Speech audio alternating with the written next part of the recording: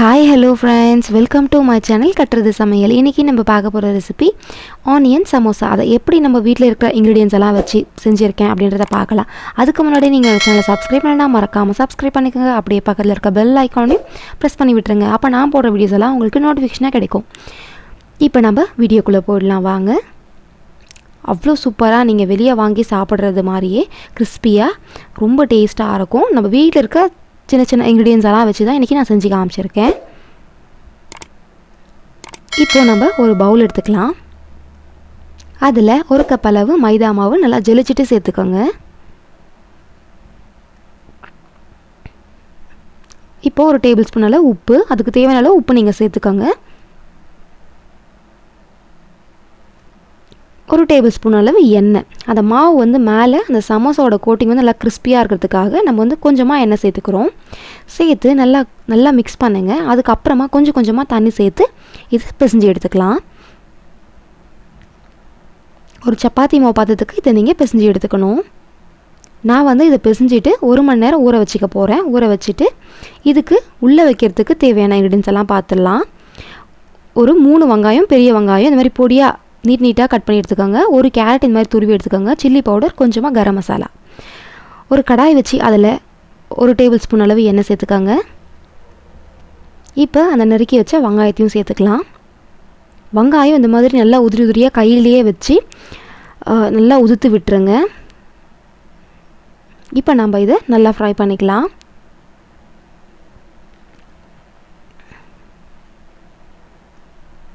ரொம்ப வதக்கக்கூடாது. இதை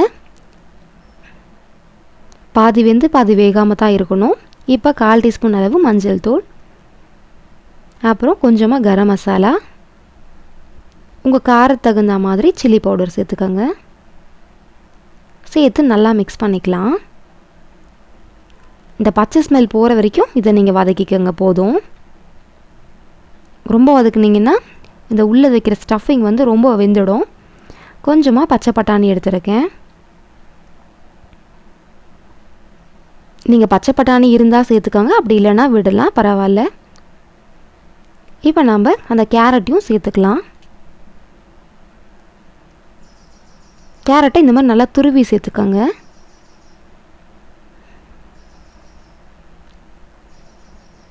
இப்போ நம்ம ஸ்டவ்வை ஆஃப் பண்ணிடலாம். இது கொஞ்சமாக தேவையான அளவு உப்பு சேர்த்து ஸ்டவ்வை ஆஃப் பண்ணிவிடுங்க.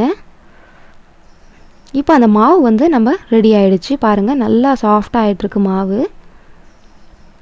இப்போ நம்ம ஒரு மீடியம் சைஸ் உருண்டையாக எடுத்து நம்ம வந்து திரட்டிக்கலாம். நம்ம அந்த சமோசா ஷீட்டையும் நம்மளே செஞ்சுக்கலாம் ஈஸியாக. கொஞ்சமாக மேல் மாவு சேர்த்து இதை இந்த மாதிரி திரட்டி எடுத்துக்கோங்க. நல்லா மெலிசாவே திரட்டி எடுத்துக்கோங்க. நம்ம இந்த சைட்ஸ் எல்லாம் கட் பண்ணி எடுத்துக்கலாம்.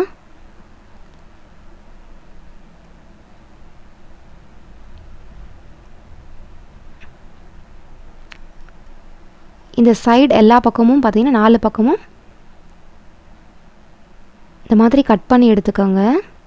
அதுக்கப்புறம் இதையே 2 ஷீட்டாக பண்ணிவிடுங்க. இப்போ நம்ம இதை ஒரு தோசை தவா மேலே போட்டுடலாம்.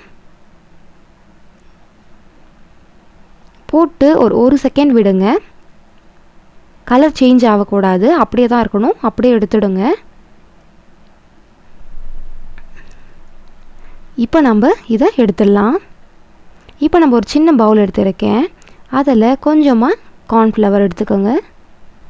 கார்ன்ஃப்ளவர் ஆர் மைதா எது வேணால் எடுத்துக்கலாம். கொஞ்சமாக தண்ணி சேர்த்து இதை நம்ம பேஸ்ட்டுக்காக ரெடி பண்ணிகிட்ருக்கோம். அந்த சமோசா ஷீட் மேலே இந்த பேஸ்ட் வந்து நம்ம தடவி அந்த ஸ்டஃபிங் உள்ளே வைக்கிறதுக்காக அந்த பேஸ்ட்டு. இப்போது இந்த ஷீட்டு பார்த்தீங்கன்னா ரெடி ஆகிடுச்சு.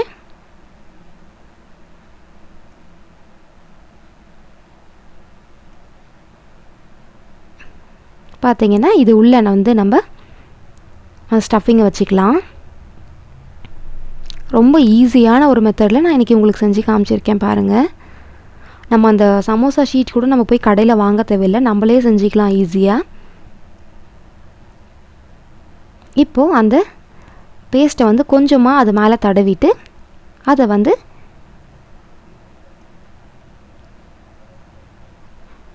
இந்த மாதிரி க்ளோஸ் பண்ணிவிடுங்க. இந்த மாதிரி க்ளோஸ் பண்ணி எல்லா பக்கமும் நல்லா ப்ரெஸ் பண்ணி விடுங்க.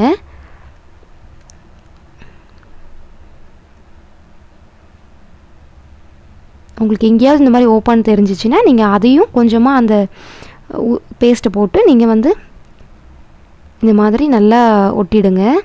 பார்த்தீங்கன்னா எவ்வளோ சூப்பராக ரெடி ஆகிருக்கு பாருங்கள். எல்லாத்தையுமே இதே மாதிரி ரெடி பண்ணியிருக்கேன். ரொம்ப ஈஸியான ஒரு மெத்தடுங்க.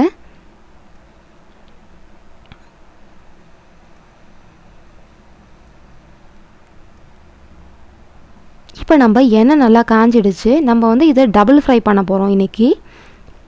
டபுள் ஃப்ரை பண்ணால் மட்டும்தான் உங்களுக்கு வெளியே வந்து நல்லா கிறிஸ்பியாக கிடைக்கும், இல்லைன்னா உங்களுக்கு கிறிஸ்பியாக கிடைக்காது. இப்போ நம்ம எல்லாத்தையுமே இந்த எண்ணெயில் சேர்த்துக்கலாம்.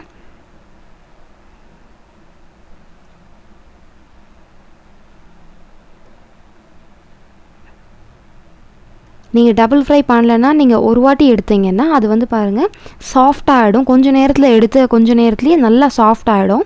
அதனால தான் நம்ம டபுள் ஃப்ரை பண்ணும்போது நம்மளுக்கு நல்ல கிறிஸ்பியாக கிடைக்கும். இப்போ நம்ம அதையே இன்னொரு வாட்டி போட்டு எடுக்க போகிறேன் பாருங்கள். இந்த மாதிரி போடும்போது உங்களுக்கு வெளியே நல்ல கிறிஸ்பி கிடைக்கும். ஸோ அதனால தான் நம்ம இந்த மாதிரி போடுறோம்.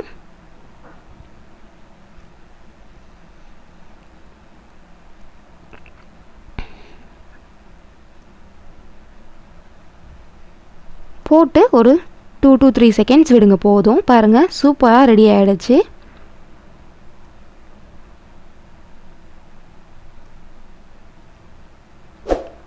கண்டிப்பாக உங்களுக்கு இந்த வீடியோ பிடிக்கும்னு நினைக்கிறேன் ஃப்ரெண்ட்ஸ். பிடிச்சிருந்தால் லைக் பண்ணுங்கள், கமெண்ட் பண்ணுங்கள், ஷேர் பண்ணுங்கள். மறக்காமல் என்னோடய சேனலை சப்ஸ்கிரைப் பண்ணிக்கங்க. நான் உங்களை அடுத்த வீடியோவில் பார்க்குறேன். Thank you so much.